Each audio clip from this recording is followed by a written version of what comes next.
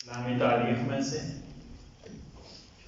غار ثور سے نبی کریم صلی اللہ علیہ وسلم کا مدینہ منورہ کی جانب روانہ ہونا۔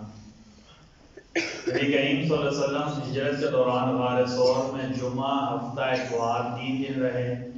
پھر جب مکہ میں شور و ہنگامہ میں کمی ہوئی تو مدینہ کے لیے نکلنے کا ارادہ فرمایا۔ عبداللہ بن عریقت کو راستہ کی رہنمائی میں بہت مہارت تھی۔ ابو بکر رضی اللہ عنہ نے 2 سواری دے کر مدینہ پہنچانے کے لیے اجرت پر پہلے تیار کر رکھا تھا۔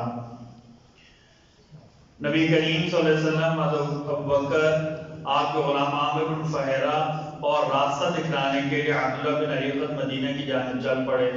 ان حضرات نے عام راستے کو چھوڑ کر ساحلی راستہ اختیار کیا۔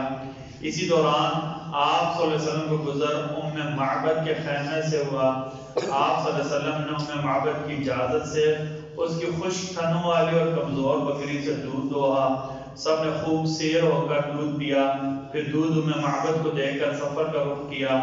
کفار نے اعلان کیا تھا جو آپ صلی اللہ علیہ وسلم کو اعوذ باللہ گرفتار کر کے لائے گا اس کو 100 اونٹ انعام دیا جائے گا۔ چنانچہ سراقہ بن مالک نے اونٹوں کے لالچ میں گھوڑے پر سوار ہو کر پیچھا کیا۔ قریب پہنچے تو آپ صلی اللہ علیہ وسلم نے دعا فرمائی، جس کی وجہ سے اس کے گھوڑے کے اگلے دونوں پاؤں زمین میں دھنس گئے۔ وہ معافی مانگنے لگا اور کہا کہ آپ اگر مجھے اس مصیبت سے چھڑا دیں تو نہ صرف میں بلکہ اور لوگوں کو بھی آپ کے پیچھے آنے سے میں منع کر دوں گا۔ آپ صلی اللہ علیہ وسلم نے دوبارہ دعا فرمائی تو اس کو نجات مل گئی۔ ایک سنت کے بارے میں بیمار کی بیمار پرسی کرنا۔